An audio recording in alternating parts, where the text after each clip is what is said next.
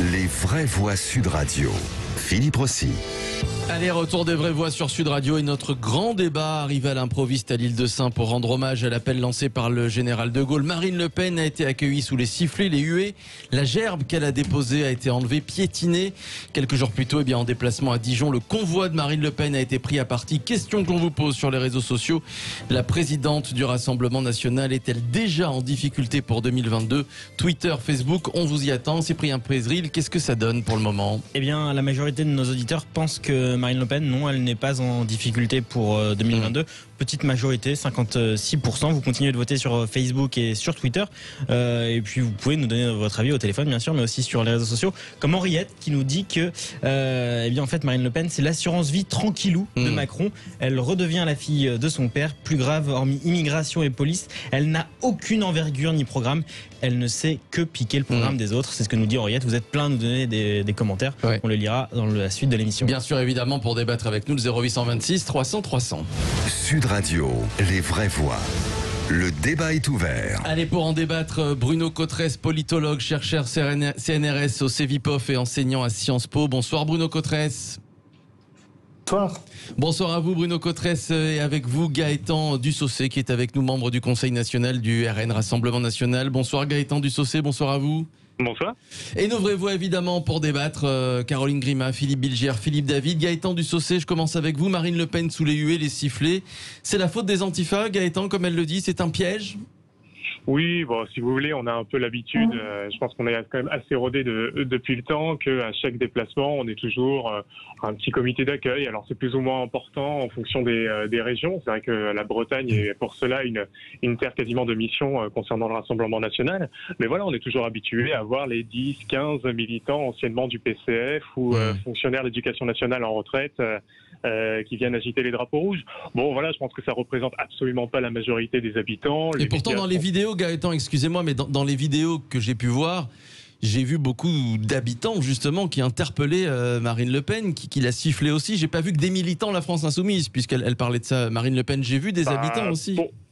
Pour le coup, nous avons d'autres photos où on les voit avec des drapeaux PCF, etc. Mais là n'est pas le sujet. On peut faire une bataille d'images si vous voulez. Moi aussi, on peut aller voir sur mon compte Twitter là directement. On a des photos d'habitants justement qui se sont pris en selfie avec Marine Le Pen. D'autres qui sont allés voir justement nos responsables locaux le lendemain en leur disant on pensait qu'elle viendrait aujourd'hui parce qu'on aurait bien aimé s'entretenir avec elle. Donc voilà, la guerre d'images, on la connaît. Elle est de plus en plus utile, efficace et compliquée, on va dire, à l'époque des réseaux sociaux. Mais en soi, il n'y a rien de nouveau sous le soleil, j'ai envie de dire. Alors Gaëtan, elle savait, Marine Le Pen, ce qu'elle risquait en allant à l'île de Saint. Vous l'avez même dit, la difficulté de cette terre, l'île de Saint. Pourquoi elle y est allée, Marine Le Pen ?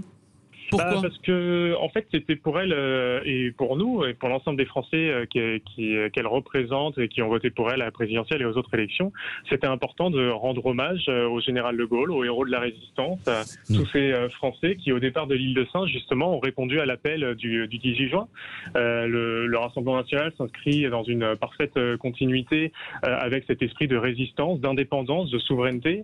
Et donc, il était tout à fait normal que Marine Le Pen, en tant que chef de l'opposition, première alternative à Macron, puisse aller rendre cet hommage qui est, je crois, très important pour un grand nombre de Français. Alors je vais donner la parole dans un instant aux vraies voix, mais juste avant, Bruno Cotresse, Marine Le Pen a-t-elle fait une faute politique en se rendant à l'île de Saint ?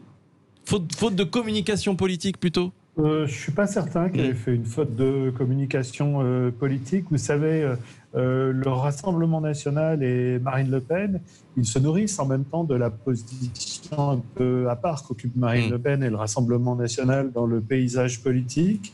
Et au fond, pour les troupes de Marine Le Pen, pour les sympathisants du Rassemblement national, on va dire pour le cœur d'électorat du Rassemblement national, voir la présidente du mouvement politique recevoir ou des colibés ou être mal reçue, c'est en même temps l'installer dans la position de la candidate qu'on voudrait bâillonner, qui lutte contre le système. Et ça permet à Marine Le Pen aussi de rejouer, comme elle l'a fait hier soir dans cette déclaration assez longue, assez solennelle, où elle tapait beaucoup quand même sur le procureur.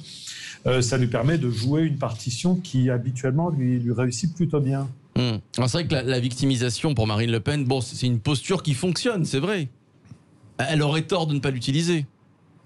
Oui, c'est vrai que c'est une posture qui lui réussit plutôt.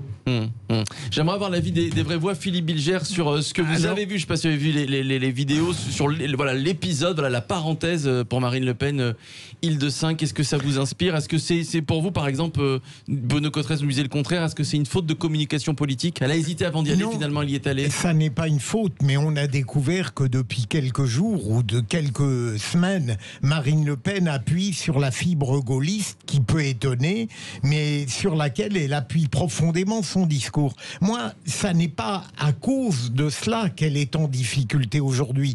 Il me semble tout de même que le plafond de verre dont on parle tout le temps et qui semble se réduire demeurera probablement le 2022. Et elle pouvait espérer que la dédiabolisation forcenée à laquelle je crois sincèrement elle se livre pourrait en réalité rendre ce plafond de verre encore plus évanescent. Mais apparemment, cette dédiabolisation, on ne la lui permet pas. Et je trouve scandaleuse l'histoire de Dijon. Je trouve même l'Île-de-Saint, je trouve toute cette pantalonnade où les préfets avancent la cérémonie d'1 heure, où elle est obligée de prendre un zodiaque. On peut la juger hypocrite, mais elle a le droit de faire ce qu'elle veut sur le plan de l'hommage ou la dénonciation historique. Philippe David. Ce qu'il y a de particulièrement dégueulasse, c'est d'avoir piétiné la gerbe de fleurs pour les combattants de l'Île-de-Saint après. Tout à fait. Ceux qui ont piétiné cette gerbe de fleurs se sont totalement déshonorés. Faut quand même appeler un chat un chat. C'était pas les habitants de l'Île-de-Saint qui le dénonçaient, c'était l'avenue de Marine Le Pen. Non, mais on ne piétine pas une gerbe de fleurs. En l'occurrence, c'est la gerbe de fleurs posée par Marine LePen. C'était ça le problème pour ses habitants. Vous pouvez pas dire en direction de Marine Le Pen. Vous pouvez pas dire que les habitants s'opposent aux résistants si on piétine une gerbe de fleurs qui est mise à leur hommage, quelle que soit la personne qui met la gerbe de fleurs, à ce que je sache, personne n'a jamais piétiné la gerbe de fleurs que François Mitterrand envoyait sur la tombe du maréchal Pétain à l'Île-Dieu pendant des années, alors que ça aurait été certainement sur la tombe de Pétain plus justifié que de piétiner cette gerbe, et je ne justifierais en aucun cas le piétinement d'une gerbe sur la tombe de qui que ce soit, d'accord, ou sur un monument aux morts. Et là, à l'époque, ceux qui ont piétiné la gerbe, on les a pas vus pour piétiner les fleurs sur Mitterrand à l'Île-Dieu, non, de Mitterrand sur la tombe de Pétain à l'Île-Dieu. Donc déjà, ça c'est le premier truc. Deuxième chose, les préfets, est-ce que c'est leur rôle de faire ça dans un État de droit, dans un État républicain? Alors je sais que les préfets, ils ont été inventés par Napoléon et qu'ils représentent le poids du pouvoir central parisien, mais on est en plein délire.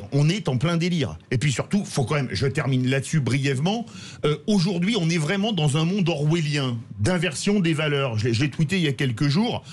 Aujourd'hui, vous savez, la liberté c'est l'esclavage, c'est Orwell. Aujourd'hui les antifas sont de vrais fachos, faut quand même appeler un chat, et quand on voit certains propos tenus par des antiracistes, ils sont hyper racistes. Donc on est dans un monde, vous me passez l'expression, comme on dit chez moi dans le sud-ouest, cul par-dessus tête. Gaëtan Dussocier du Rassemblement National qui est avec nous. Vous ne trouvez pas, j'entendais ce matin beaucoup justement d'habitants d'Île-de-Saint, mais d'autres, des Français qui étaient interrogés sur ce qui s'est passé à l'Île-de-Saint, expliquer que finalement Marine Le Pen, le problème c'est qu'elle est partout. Elle est partout, Marine Le Pen, elle saute de partout. Il y a eu les violences que l'on connaît à Dijon, elle se déplace à Dijon. Bon là c'est vrai que c'était autre chose par rapport au général de Gaulle, mais quand même vous n'avez pas l'impression de cette envie d'exister permanente qui peut la nuire au fond à Marine Le Pen? Non, mais Marine Le Pen est tout simplement dans son rôle. Elle est dans son rôle déjà d'opposition et d'alternative à Emmanuel Macron, et dans le rôle qu'on lui reconnaît d'ailleurs assez bien, et tout le monde s'accorde à dire ça, d'être l'une des personnalités politiques et jugée la plus crédible quand il s'agit de protéger et défendre les Français. Donc quand il se passe un problème à Dijon, évidemment elle y va. Quand le ministre de l'Intérieur, monsieur Christophe Castaner, abandonne publiquement l'ensemble des forces de l'ordre, et elle se rend justement dans un commissariat pour aller les entendre, pour aller les écouter et aller défendre leur position. Elle est dans le rôle qu'on attend finalement d'un chef de l'État. C'est vrai que ça peut étonner étant donné la position et le rôle d'Emmanuel Macron depuis quelques temps, mais Marine Le Pen, elle l'a bien compris. Caroline Grima, en quelques mots avant de faire une petite pause pour conclure ce fiasco, j'ai envie de dire, c'est le mot qu'on utilise à l'Île-de-Saint pour Marine Le Pen. Oui, c'est le mot qui a été utilisé. Écoutez, au risque de me répéter, effectivement, moi je pense que la difficulté qu'elle peut rencontrer dans les mois qui viennent, elle provient toujours du même déséquilibre. C'est qu'effectivement, quand on est attaché à la thématique sécuritaire, à la problématique de la police, éventuellement à ce débat toujours récurrent sur l'identité nationale, etc., elle est, passez-moi l'expression, comme un poisson dans l'eau, parce que c'est son domaine, c'est son cheval de bataille. Mais la difficulté, c'est qu'on ne l'entend pas sur les problématiques économiques qui sont en train de devenir et qui vont continuer dans les mois, les semaines et les mois qui viennent à devenir extrêmement cruciaux. Ce sont les débats cruciaux qui vont arriver. Et là, on ne l'a pas entendu, ou en tout cas très peu. Allez, vous avez remarqué quand même que la remarque de Caroline Grima était très juste. Hein. Parler de poisson dans l'eau pour aller sur une île, ça ne s'inventait pas. On va poursuivre le débat dans un instant. Les vraies voix. L'épisode Île-de-Saint arrive à l'improviste à l'Île-de-Saint pour rendre hommage à l'appel lancé par le général de Gaulle. Marine Le Pen a été accueillie sous les sifflets, les huées.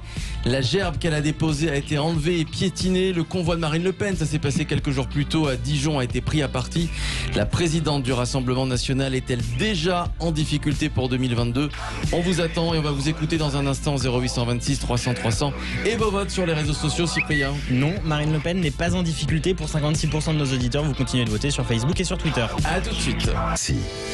Allez, on reprend le débat sur Sud Radio et on le poursuit, la lutte des classes qui disparaît. Ah non, pardon, ça c'était Manuel Valls. Oui, effectivement, Manuel Valls, on faisait un débat hier justement sur Manuel Valls, alors qu'il reprenait pour le coup les thèses du Rassemblement national en parlant de la guerre entre races. Et pendant ce temps-là, pendant que Manuel Valls faisait sa sortie, on en a parlé hier dans Valeurs Actuelles, eh bien Marine Le Pen, elle, était à l'Île-de-Saint pour rendre hommage au général de Gaulle. Elle a été accueillie sous les sifflets, les huées.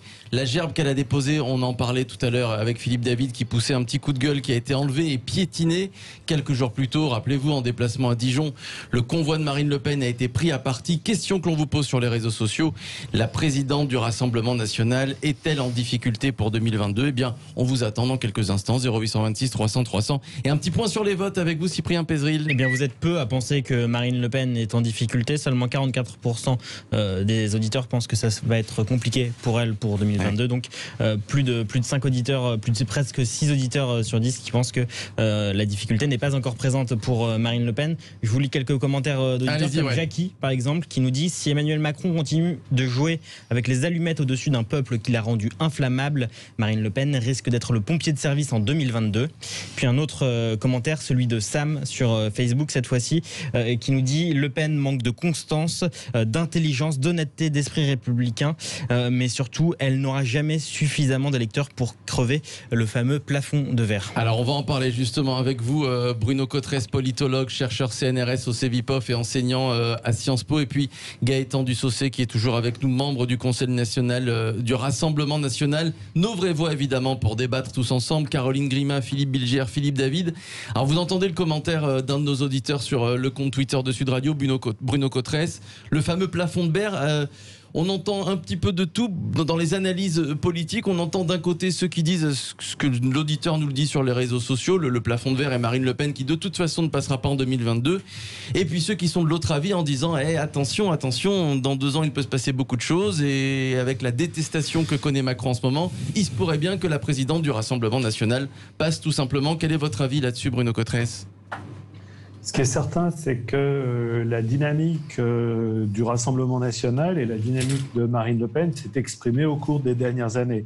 C'est assez incontestable. Alors, les spécialistes de l'analyse électorale vont des fois aller regarder dans le détail en disant que compte tenu de l'abstention, quand on regarde le nombre de suffrages dans les urnes par rapport au pourcentage de votes exprimés, c'est plus compliqué que ça. Mais quand même, globalement, on ne peut que constater qu'aux élections locales de 2014, aux élections locales de 2015, il y avait une progression, que Marine Le Pen s'est qualifiée pour le 2e tour de la présidentielle. Certes, elle n'avait pas obtenu les scores que un sondage préélectoral lui prédisait. Il y avait un sondage qu'il avait mise quasiment à 29%. Finalement, elle fait 21%.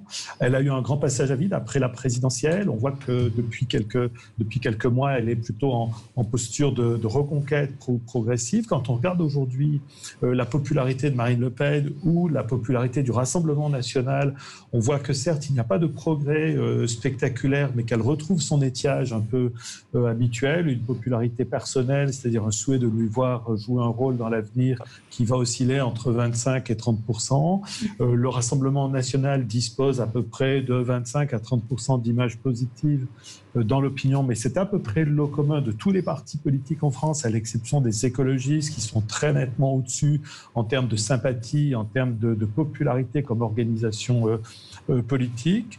Donc on ne voit pas non plus un effondrement pour le moment, ni de l'image de Marine Le Pen, ni du Rassemblement national. Par contre, on a toujours les mêmes points faibles dans l'image de Marine Le Pen, c'est-à-dire elle n'est pas perçue comme rassembleuse, elle n'est pas perçue comme ayant, on va dire, le profil idéal d'un président de la République. Par contre, elle a toujours ce même point fort que les enquêtes du Cevipof ont mesuré depuis de nombreuses années, un sentiment de comprendre les problèmes des Français de tous les jours, on va dire, une certaine forme de proximité avec leurs préoccupations sur certains aspects. Proche des Français, manque de crédibilité, évidemment. Bon, on l'a vu il y a 2 ans lors du débat du second tour, où elle s'est complètement effondrée, Philippe David. Le débat du second tour a été un naufrage, et son principal handicap, à mon avis, c'est ça. C'est ça. Parce qu'on lui ressortira toujours le débat du second tour. Ça, c'est... Philippe Bilger. Est-ce que, Philippe, j'aimerais poser une question à Bruno. Comment se fait-il, Bruno, que de manière régulière, dans les sondages, sa plausibilité augmente, son profil personnel est un peu plus apprécié, les Français acceptent éventuellement l'idée qu'elle puisse être présidente en 2022, mais qu'à chaque fois, malgré tout cela, au moment crucial, il y a quelque chose qui bloque. Est-ce que c'est une sorte de saisissement qui appréhende les Français quand ils vont voter pour une droite extrême, ou c'est autre chose, à votre avis ? Je pense qu'il y a des raisons qui tiennent à la sociologie de l'électorat du Rassemblement national. Marine Le Pen dispose de véritables bastions dans un certain nombre de groupes.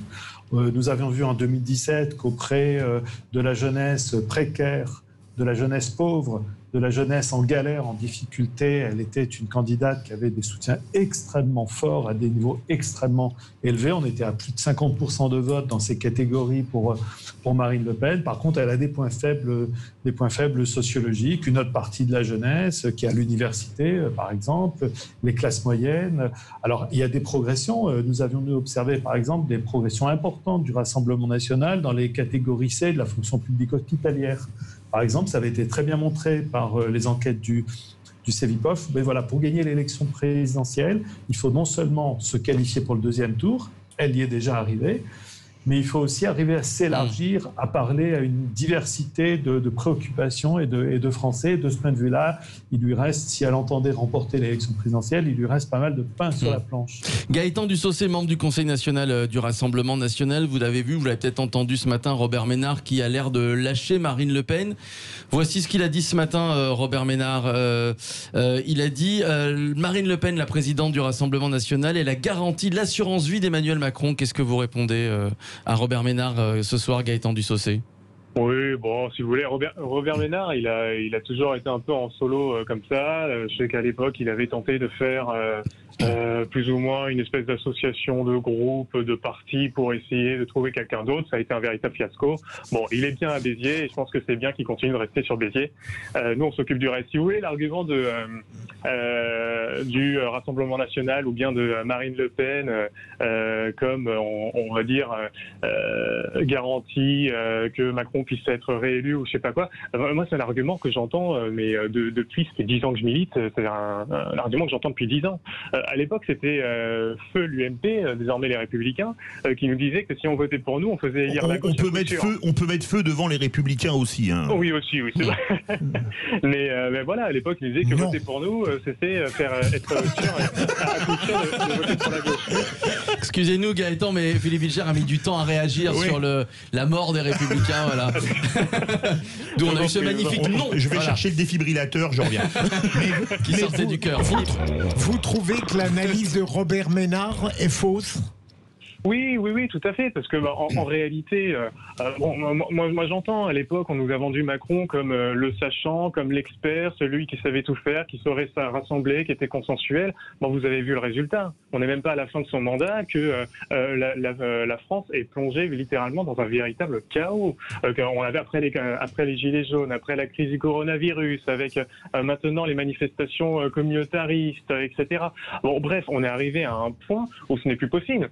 Et il y a évidemment des sujets qui sont arrivés peut-être un peu plus rapidement et de manière un peu plus dramatique aussi pour un certain nombre de Français et de familles qui évidemment vont aider Marine Le Pen à arriver au pouvoir en 2022. Je pense évidemment à cette épidémie et à la nécessité de relocaliser au plus vite toute une production industrielle dans notre pays. Cyprien. J'ai une question pour Gaëtan Dussaucet. Vous n'avez pas quand même l'impression que Marine Le Pen clive toujours autant les Français ? Elle a une personnalité et un caractère qui sort de l'ordinaire. Ça, c'est évident. C'est pas quelqu'un, et c'est d'ailleurs à ça qu'on la reconnaît, c'est qu'elle parle haut, elle est courageuse, et donc parfois ça peut en heurter quelques-uns. Et il est évident qu'en général... Quelques-uns ou la majorité des Français? C'est ça la question finalement. Non, je crois qu'en général ça va plutôt heurter, à mon avis, les tenants du système, donc plutôt cette petite sphère politique, médiatique, très riche, etc., et qui ont eux aussi leur électorat. Mais je pense qu'il y en a beaucoup qui lui ont reconnu, et notamment après tous les événements que nous avons vécus depuis l'élection d'Emmanuel Macron, qui lui ont reconnu une certaine capacité à cerner le vrai parmi le faux. Mais qu'est-ce qui a changé depuis 2017 pour Marine Le Pen? On ne comprend pas quelle est la nouveauté, qu'est-ce qui fait que cette fois-ci ça pourrait fonctionner alors que ça n'a pas fonctionné en 2017? Écoutez, je pense qu'en 2017, il y a peut-être un certain nombre de sujets qui n'ont peut-être pas été suffisamment clairs. Je pense qu'il y a eu aussi, on ne va pas se mentir, on se souvient de la campagne présidentielle de 2017, il y a eu quand même toute une campagne médiatique pour faire monter Emmanuel Macron. Cette campagne nous a été quasiment volée quand on regarde bien. Quand on regarde, on se souvient du nombre de unes de la presse autour d'Emmanuel. Quand on regarde, a été volée pas à nous, aux Français. Quand on regarde le nombre de unes qu'il y a eu sur le candidat Emmanuel Macron, il n'y avait pas un seul contradicteur face à lui.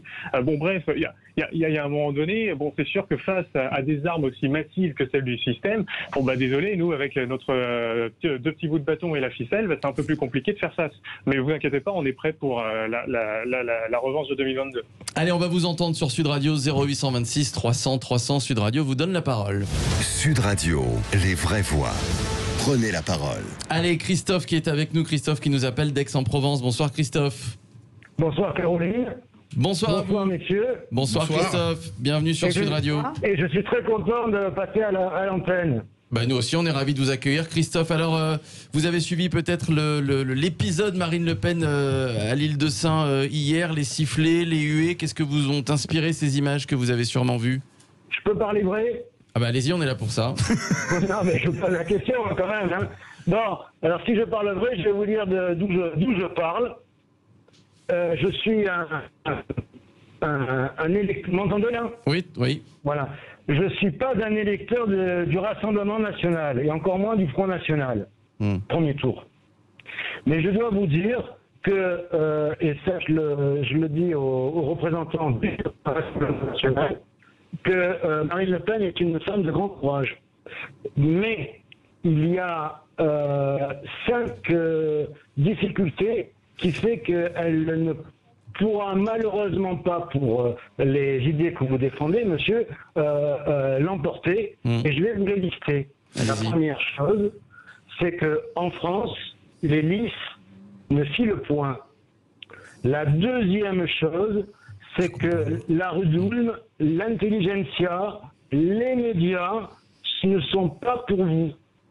La troisième chose, ou quatrième chose, c'est que quand vous dites un mensonge, c'est un mensonge, mais quand vous dites 10 fois le même mensonge, ça devient une vérité. Et c'est pas vous, ceux du Rassemblement national, mais d'autres qui profèrent des vérités et qui, notamment à l'heure actuelle, pour la stratégique du mensonge et de la manipulation, notamment dans les conflits dits sociaux. Merci à vous, Christophe. On vous entend pas très bien, malheureusement. La ligne est un petit peu brouillée, mais on a bien compris le message. Christophe d'Aix-en-Provence, j'aimerais un petit peu aller un petit peu poursuivre le débat, aller un petit peu plus loin dans le débat. Il y avait de la tapenade entre Aix-en-Provence et Paris sur la ligne. Ça doit être ça, exactement. Bruno Cotresse, et j'entendrai après Caroline Grima. C'est vrai qu'on parlait de 2022, du plafond de verre. C'est vrai que 2 ans, c'est long quand même. On a vu en 2 ans déjà tout ce qui s'est passé en 2 ans de mandat d'Emmanuel Macron. Enfin, 2 ans, presque 3. Non, on est à 3 ans. Les 3 ans sont passés. Ça va vite, 3 ans. Les gilets jaunes, la grève 2019. contre la réforme des retraites. Bon, la crise sanitaire, évidemment, du Covid-19. C'est vrai que ça fait beaucoup pour un seul homme. J'ai l'impression que c'est un peu le président maudit Emmanuel Macron. Je crois d'ailleurs que c'est le président qui a connu le plus de crises. Bruno Cotresse, je me trompe ou pas ? Non, j'ai calculé, en fait, effectivement, Emmanuel Macron a passé maintenant un peu plus de 60% de son mandat.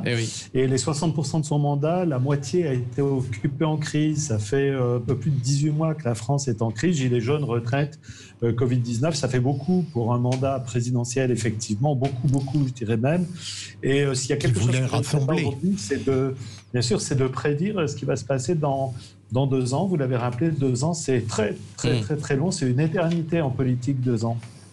Et oui, alors on dit qu'il y aura sûrement, si ça continue comme ça, un duo Marine Le Pen, Emmanuel Macron, puisqu'apparemment un duel, pardon, c'est ce que tout le monde dit. Oui, pas un duo, pardon, excusez-moi. Un duel, on sait jamais, duel Marine Le Pen, Emmanuel Macron. À part évidemment si d'ici 2 ans, eh bien, il y a un autre candidat qui nous joue une Macron, j'ai envie de dire, comme en 2017, mais Bruno Cotresse ou Philippe Bilger, c'est quasiment impossible qu'un nouveau Macron émerge comme il l'a fait en 2017. On n'a pas besoin d'un Macron qui a résulté. Non, je parle d'un type qui vient du privé, d'une étrangeté dans la situation 2017.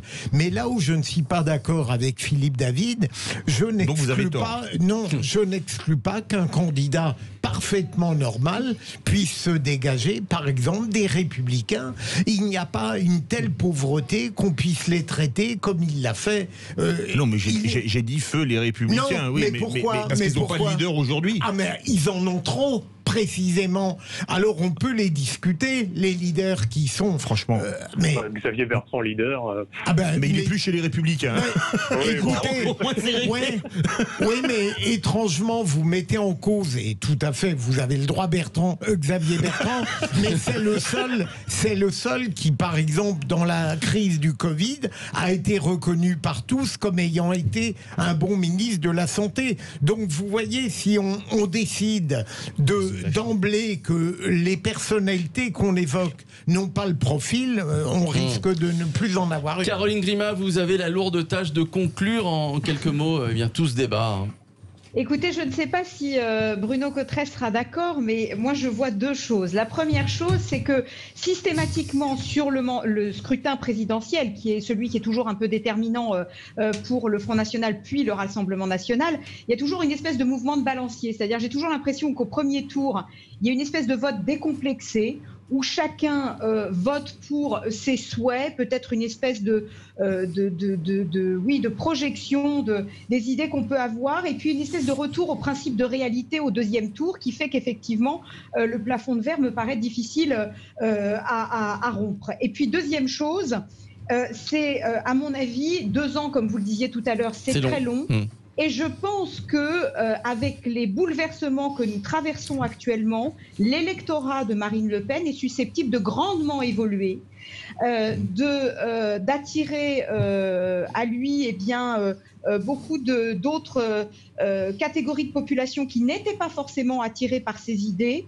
Et je crois qu'il va falloir être très attentif à ce qui va se passer dans les prochains mois, encore une fois, sur le plan économique notamment, puisque, je le répète, il me semble que c'est son talon d'Achille. Non, mais je suis d'accord avec Caroline, et je pense que Bruno Cotresse, éminent politologue, sera d'accord. Le principe de la Ve République, c'est qu'au premier tour on choisit, au deuxième on élimine, et qu'à l'exception de 2007 et l'élection de Sarkozy, depuis 1974, on élimine. Oui.